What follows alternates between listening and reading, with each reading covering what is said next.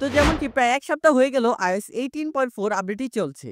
আপডেটটি আসার সাথে, সাথেই আমি আপডেটটিকে করে নিয়েছিলাম। এবং প্রায় এই ১ সপ্তাহ এই আপডেটটিকে ব্যবহার করে আমি বুঝতে পারলাম যে iOS 18.4 আপডেটটি করার পরে আমাদের ফোনে কোন রকম সমস্যা হয়েছে কিনা এবং আমাদের ফোনে ব্যাটারি জিনিসও আগে থেকে বেড়েছে কিনা। তো এই সবকিছু নিয়ে কথা বলবো আজকের এই ভিডিওতে। তো বেশি কথা না বাড়িয়ে চলুন ভিডিওটাকে শুরু করা যাক। তো যেমনকি আপনারা জানেন iOS 18.4 আপডেটটি চলছে প্রায় ১ সপ্তাহ মতন হয়ে গিয়েছে। আমাদের মধ্যে বেশিরভাগ লোকই আছে যারা এই আপডেটটি করে ফেলেছেন। যারা করেছেন তারা তো জানেনই এই আপডেটটি করার পরে আমাদের ফোনে ব্যাটারি জিনিসও বেড়েছে কিনা। এবং যারা করেননি তারা এই ভিডিওটা দেখলে অবশ্যই বুঝে যাবেন। iOS 18.3.2 আপডেটটি করার পরে আমাদের ফোনে অনেক বেশি ব্যাটারি জিনিসও বেড়ে গিয়েছিল। আমরা আশা করেছিলাম iOS 18.4 আপডেটটি করার পরে আমাদের ফোনে ব্যাটারি জিনিসও কমে যাবে। কিন্তু এই আপডেটটি করার পরে আমি আমাদের ফোনে কোন রকম ব্যাটারি জিনিসও কমতে দেখিনি। হয়তোবা কিছুটা কমেছে কিন্তু আহামরি তেমন একটা ব্যাটারি জিনিসও কমেনি। আমি বর্তমানে iPhone 13 Pro Max ফোনটাকে ইউজ করছি এবং এই ফোনটি দিয়ে আমি iOS 18.3.2 আপডেটটি করার পরে যেমন ব্যাটারি ব্যাকআপ পেয়েছিলাম ঠিক iOS 18.4 আপডেটটি করার পরে আমাদের ফোনে ঠিক একই রকম ব্যাটারি ব্যাকআপ দেখতে পাচ্ছি। তেমন কোনো চেঞ্জেস আমি দেখতে পাইনি।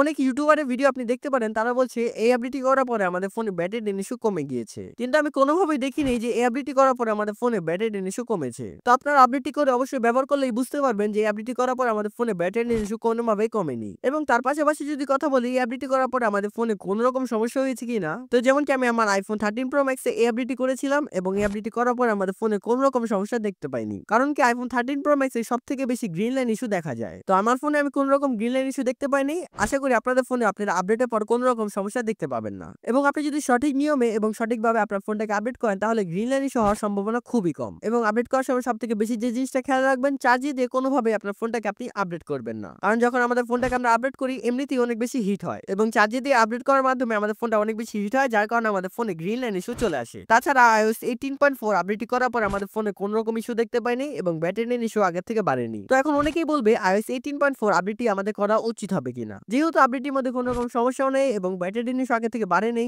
এবং আপনারা অনেক বেশি নতুন ফিচারও দেখতে পাবেন তাহলে এই আপডেটটি করে নেওয়াই ভালো। তো যেহেতু এটা একটা অনেক বিগ আপডেট তো এই আপডেটটি করার পর আমাদের সিকিউরিটিও আগে থেকে অনেক বেশি হার্ড হয়ে যাবে। তো এই আপডেটটি করে নেওয়াই ভালো। এই ভিডিওর সকল তথ্য আমি আমার ইউজার এক্সপেরিয়েন্স থেকে আপনাদের সাথে শেয়ার করছি। তো কোনো তথ্য যদি ভুল হয়ে থাকে আন্তরিকভাবে দুঃখিত।